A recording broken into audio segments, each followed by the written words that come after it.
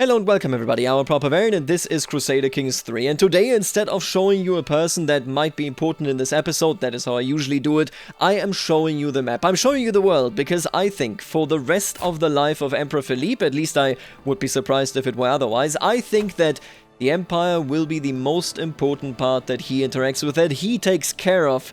And with that in mind, let's just admire this beauty. I made the color a bit more intense. It's a stronger purple. I hope that you like it. I might change it maybe like every episode. I also saw a nice dark red. I will admit that looks nice. Looks very Roman as well, or at least how we perceive it. I'm not entirely certain with what we're going to go. You know, for the moment, we are simply going to just shop around. Now, there are two things that I want to point out. A, I have made an effort. I looked at this. We talked in the last episode in particular about, you know, hey, what makes an emperor, what makes an empire, and how do we perceive the world, how do we rule this monstrosity of an empire, and I came to the conclusion it would be nice if we could truly and genuinely commemorate this circumstance, this occasion, and I think I found a way. Somebody pointed out to me that there is a beautiful mod, I believe it is called Buildings mod, and that mod hasn't been updated in ages, but it had some really nice 3D visualizations of special buildings, historical special buildings actually, so I believe there was a cathedral up there was an abbey down here, then a fortification, a castle over here in Greece if I'm not mistaken, and then I think something I want to say in Italy, I'm actually not sure, but the mod hasn't been updated, and I said to myself, doesn't really matter, I will take that mod and I will adapt it, basically, so that I can implement it here for our circumstances and use the absolutely gorgeous 3D visualizations. So, what I did was I added a special building slot to Carcassonne, and we can now build the Imperial fortifications. Carcassonne is the center of Imperial might and protects the most important roads of the Empire. These fortifications ought to be built to ensure the safety of the Empire. So this is a situation where I am saying, obviously, we have an itinerant, I can't talk, we have an itinerant court, so a court that very often travels around, that says, I need to subdue the Franks, for example, or I need to discuss politics with them, maybe a campaign against England, that sort of thing. We would obviously travel up there. We wouldn't ask him to come down to Carcassonne. But for many occasions, I think, you know, in particular when we, for example, get crowned in Saint-Genian, then make our way to Carcassonne and from there to Italy to be crowned Emperor of the Romans by the actual Pope, that we would, of course, pass through Carcassonne and surely host a feast as well for our vassals right there. So this will be a central situation. I added, of course, the empire's capital right there as well, and while it will be a fairly decentralized empire, I think it is important that we make Carcassonne more and more important, because just, you know, simply for the fact that it is so central, it is so easy to reach basically Paris, for example, it is so easy to reach Milan, so easy to reach the papacy from this location, so I think that this is a pretty good spot. Not to mention, of course, that it also simply acts as a safeguard, both against other vassals, against rebellions, but also against the Muslims to our south. So I would like to build some imperial fortifications here, because that is, I assume, where we also will be storing, of course, the insignia of the realm, so the crown of the Lombards, the Iron Crown, and of course, not just that, it is also the skull cap of Charlemagne. With that being said, I added a second special building, and that second special building will be in Saint-Genian, because again, that is where we are crowned once elected the king of the Franks and Aquitanians, and from there we then go to the Pope in Rome. And what we're going to be building here, if we get the chance to build it, I should add, is the Cathedral of Saint-Genian. Saint-Genian has long since been the spiritual center of Aquitaine, because, you know, Saint-Genian himself, of course, is buried there, and we have the Prince Archbishopric for quite some time now. We ought to honor this site at which Emperor Philippe was crowned with a worthy holy house. You can see also quite expensive, but I really like that we can now actually commemorate this. It's not just that. Eventually, maybe, potentially, we will also actually get some regalia, you know, a new crown, because this crown is definitely the crown of Basconiaco, not so much the crown of Aquitaine or the Empire. We're going to create these artifacts when we can, but we're also going to create the special buildings whenever we can. And with that, that is the end of the explanation. I know there was quite some content there, but man, that is so exciting for me that we can actually build these special buildings, because commonly, when you create an empire title this important, the game doesn't really give you anything to remember it by, right? But if we build this, then we can always look at Carcassonne and realize that that is our work right there. Now, for the moment, let's take a look at this court event. Sartorial Sting. Busied amidst another day at court, I overhear my wife Empress Ebba's distinctive irate tone. Gerhild seems to have got her goat. Gerhild von Dithmarschen. A random Saxon lady out of the house Dithmarschen, because she is a bastard, so this is her own house. Born to Count Eggert of Kassel. She must be visiting. Yeah, she is visiting the court indeed. Stepping closer, I see my guests smugly jeering. These so-called fashions are an embarrassment. They would be fit only for servants and children at any respectable Saxon court. My wife flushes red and cries, I have had quite enough of you. I don't care if you're the Emperor's guest, much to Gerhild's surprise. Pulling me aside, Ebba moans bitterly. That ungrateful boor never ceases to mock us. Yesterday, my servants overheard her calling our trends passé. I see. She is a humble person as well. I think she's simply... We're both humble. We both don't really want to go deep into the fashion closet. And what Gerhild does here, it really screams of arrogance and of a misunderstanding at whose court she is. You know what? I will not make another effort here. She would leave the court here. Yeah, I'm humble. I don't really want to pop off on her, I suppose. But you know what? She's only ribbing us. I think we can let that go. We're above this, Ebba. You can get above this. You can just ignore it. She is just a lady that must be frustrated with her very own life, being a bastard and all. Yeah, she's only ribbing us. That is fine. Sad to see that it gives us a negative opinion there, but ultimately I do think he would say, hey, it is fine. I don't need her acknowledgement of who we are. We have achieved so much. I don't think that a random Saxon lady will determine anything. Right, we could sponsor a lady, but this is a book inspiration. I don't think that it really matters for us. And we're making good money. And I do want you to know as well that I have given away many, many artifacts. You're going to see that here in a second, because, yeah, look at that. Gifted artifact, gifted artifact, gifted artifact. I've done that because we were using them and they weren't important for our family to begin with. So, yeah, as you can see, a lot of opinions have been handed out and have been raised. I gotta tell you, I'm a huge fan of that. First of all, it builds up their court, but I sent these gifts that didn't have any claimants in particular. Look at that, he joined our realm now, very, very nice. I sent them in particular to the kings and queens of Europe. Because no matter how you look at it, we are, of course, primarily pointing our sword towards the Byzantines right now, towards the Greeks, but we are the universal ruler of Christianity, at least as far as the theory is concerned. So we now have a very positive relationship with all of these folks, Bohemia, with Great Moravia, with Germany, with, of course, Croatia as well, Castella. Yeah, I am very, very happy about this. I will not push my authority upon them unless there's a good reason. For example, I will be honest with you, if any of these were to get excommunicated, I would probably ask the Pope to take direct control of the kingdom. As it stands right now, I don't think that is necessary, I don't think that is needed, but it is something to keep in mind. I want to let them know that I appreciate them, that they have been good rulers in the name of the church, to remember their name. I've given them a gift based off my position of a technical liege. At least that is how we see the world, of course, right? That we technically deserve to be the lieges of these people because that is the claim that Rome has in the world. I see a few vagrants huddled by a small fire on the side of the road. They look destitute and in a pitiful state of existence with their filthy rags and weary faces. We are gregarious, brave, and humble. Let's give them some gold and hope it helps them find honest work. Yeah, I would definitely do that.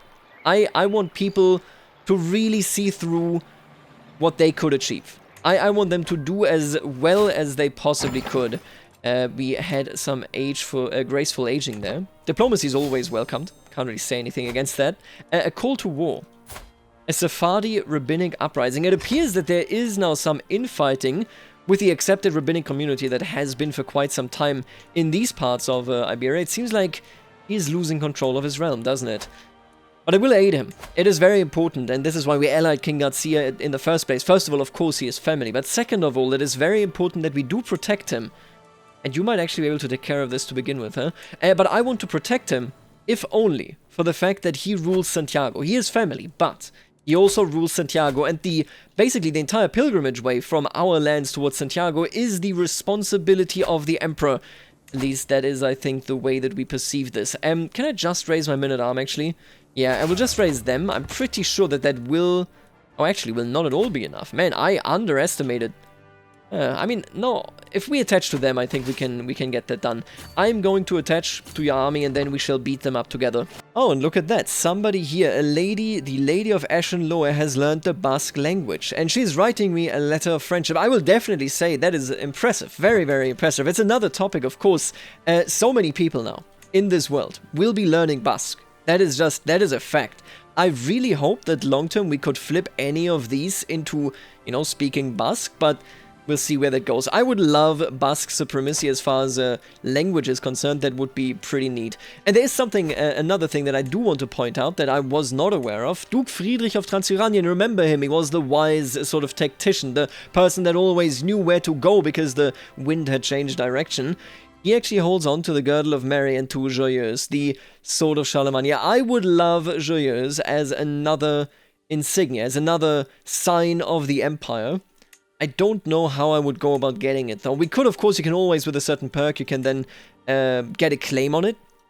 But I don't think that I want to do that. I wouldn't be hostile against Friedrich. He has done nothing wrong, and he is an elector, which makes him incredibly important. But it is an important thing to point out. There is a sign of being an heir to Charlemagne right over here in Transylvania, and I am not sure how to take that, what we can make of that. Now, let's attach ourselves to this army right here, and I hope that he then...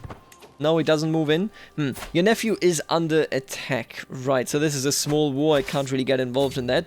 You think they're going to... You think they're going to march down there? It doesn't seem that way. I think... I have Duke Suleiman, and so this is basically... We have many forces in this empire, and I assume that, in particular, this region would be the one that we call in for a campaign, right, in Galicia. I think that he can basically push himself into this a bit. I think he will succeed. He is very, very superior, and I ultimately think that crushing the rebellion, securing Galicia, because if the rebellion succeeds, it might mean that the Muslims could attack Galicia as well, but securing it is in the hands of our Iberian vassal, and Duke Suleiman, I have to remember that, he's an excellent person, it seems. In fact, could I spar with him? Is he not a knight? Oh, until 1060. I might actually want to spar with him. I might want to get Suleiman to... I want to get to know him a bit better, right? Because as much as we are now currently working against the Eastern Roman Empire, we are trying to get that claim, Iberia is on our minds. Don't get that wrong here. Iberia very much is on our minds. Now, we can't get rid of her. That's not news, though. Duke Tommaso is still our steward. We sort of propped him up. I think when we evaluate our council, we will find that Eneko is very much independent.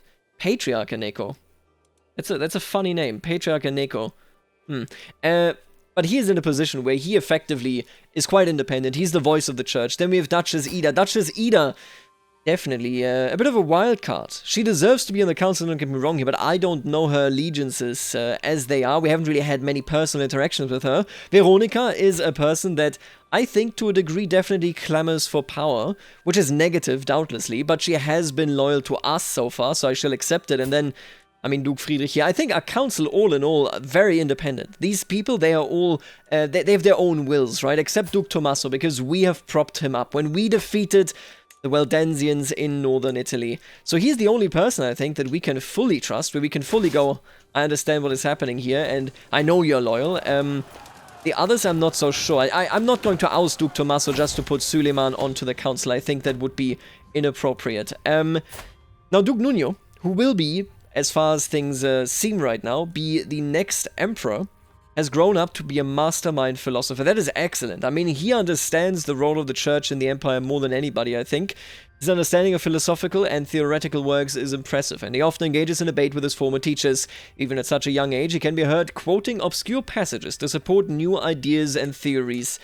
Let me ask you something. Yeah, it's good to know that he is unwilling. Oh, man. It's actually so funny. If he wasn't the person we are electing, he would be willing to become a monk, quite possibly. I don't want to force him into it, I just wanted to check whether he personally would be willing to do it, but I think I take this as a sign that he accepts his responsibility, that he knows what needs to be done. Now for you... A marriage with the English would be quite powerful. A marriage with the Byzantines I categorically reject. It is not something that we will be doing. We simply do not accept the Byzantines, the Eastern Roman Empire, as they stand. I kind of do like Leongo here. He does have a son. Great Morava. I do like the potential of getting closer and closer to some people that are important externally. So other important Christian kingdoms that haven't directly sworn fealty, but technically, of course, ought to give us fealty. But you know what I'm thinking? I am looking at this now. He had a daughter. She's already, her hand is already promised to somebody. He is your primary heir, and he already betrothed. Okay. I would like, I think, ultimately to have an internal marriage. An internal marriage just because, even though we could make incredibly strong allies outside of the realm, we need to appease the inside of it. So with that in mind, give me a moment. I'm going to take a good look around to try and find a good match. Yeah, you know what? We're definitely going to go through with the Valois marriage. Don't get me wrong, Transuranian is very, very important. We could attempt to marry him here to Adela. But I think Transuranian is in the bag in a much more tangible degree. Like, Emperor Philippe knows exactly that he has somebody in Transuranian that trusts the rule of the Emperor, as long as the Emperor is a fair man. I don't think we need bind Prince Nuno to that family. Instead, we're going to go with Bourgogne de Hainaut. The reasoning here being that she is the second oldest daughter. I mean, that doesn't really matter because, again, she doesn't really stand to inherit anything here. But the reason being that this is an ally, that this is a very powerful person up there, that we need to convince that our rule is good. If we do that, the Franks might fall in line in general. So yeah, I'm going to go for this alliance right here. Bourgogne de Hainaut. That seems to be a reasonable internal pick, I think. I was looking at Italy as well, but I couldn't find anybody that really convinced me. I think the Valois family here is a very, very important vassal of the realm. Because, you know, if they are unhappy, then I'm sure that they can convince the rest of France to rebel against us as well. This is a good marriage. It puts us in the leading situation, and apparently this has been invalidated for some reason. Either way, let's just disband the army, and we have some available perk. Right. I'm going to change this focus. We went to the military focus here at the point in our lives when we were fighting for France. I don't think that we are looking at this right now. I'm going to go ahead, and I'm going to go with chivalric dominance. We have sparred so often with the knights, it just fits perfectly, I think. And we might move towards the domain or duty focus. I think we're going to go with the domain focus here. We, no matter how it stands, yes, we will undertake military campaigns, don't get me wrong here, but we are busy taking care of the realm. It is utterly important that the realm, when we leave this earth, is in a good place. And a part of this is, of course, that indeed, you know, we leave something behind for our heirs that they can actually work with. Let me just check here. We have an... Ooh. What does she try to do? A chest? No, I'm indeed not very interested in a chest. The outmoded fashion, we're going to leave exactly where it is. And I think that is about it as well. Vassals are attacking each other. Wait a minute. You are attacking... What is this? Armagnac War for Count Diego's claim on the county of Foix. So he's going for Foix, which is independent indeed, and they get support from Tolosa. Armagnac, I really have to reiterate this, they have been very, very troublesome. I think that our familial bond here has basically dissipated. Yes, of course, we source ourselves all back to Prince Vea the Impaler right here, and I know that my mother loved this part of the family just as much as she loved me, but...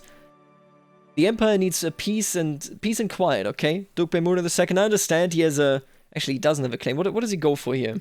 Count Diego's claim.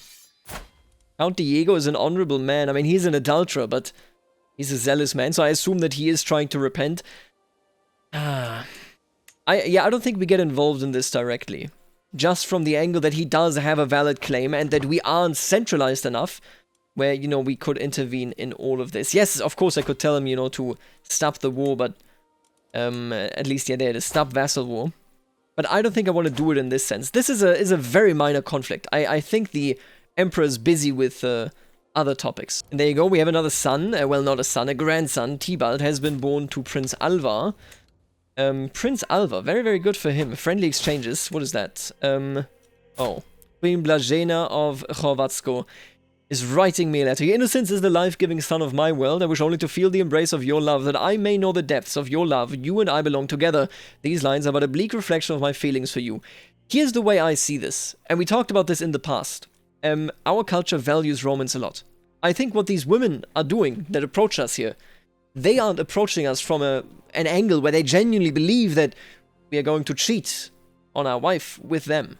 I think this is basically them sending us a plea. You are the ideal man, the ideal knight, and I'm hereby expressing that I admire that. I think that is the way it is. Obviously, I will stop it, right? But I think this is more diplomatic shenanigans than it is a genuine position. Oh no, our daughter Elbira has died in childbirth. And with that, the relationship we had with Bavaria is entirely gone. If I have sinned, why did you not punish me instead? She was blameless, my perfect daughter. Life had so much in store for her. Wow. Yeah, that is rough. We get the news from the distant lands of Bavaria that sadly our daughter has passed away. And yes, the alliance is gone, but I highly doubt that Emperor Philippe is concerning himself with that. He is utterly, utterly sad about this.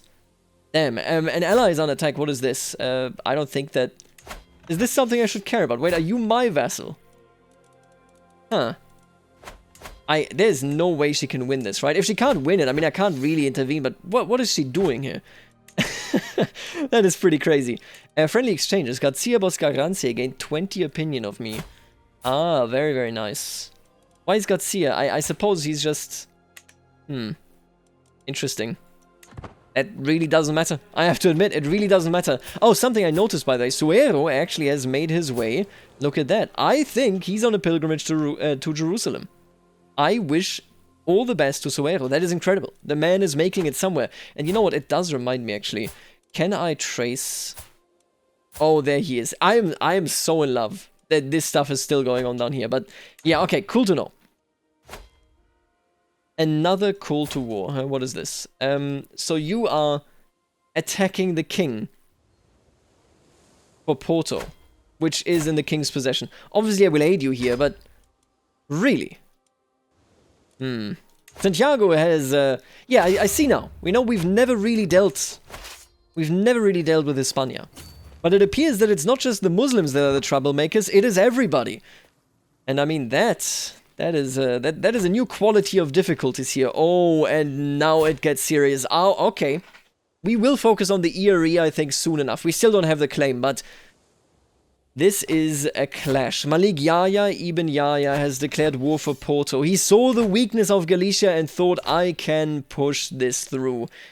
And man, I'm afraid of the costs that will come with this, but I will have to raise my armies. I will make sure that I will stop the Muslim expansion, and I forgot, by the way, I needed to accept that, otherwise it would just disappear. And I will offer to join your war, yes.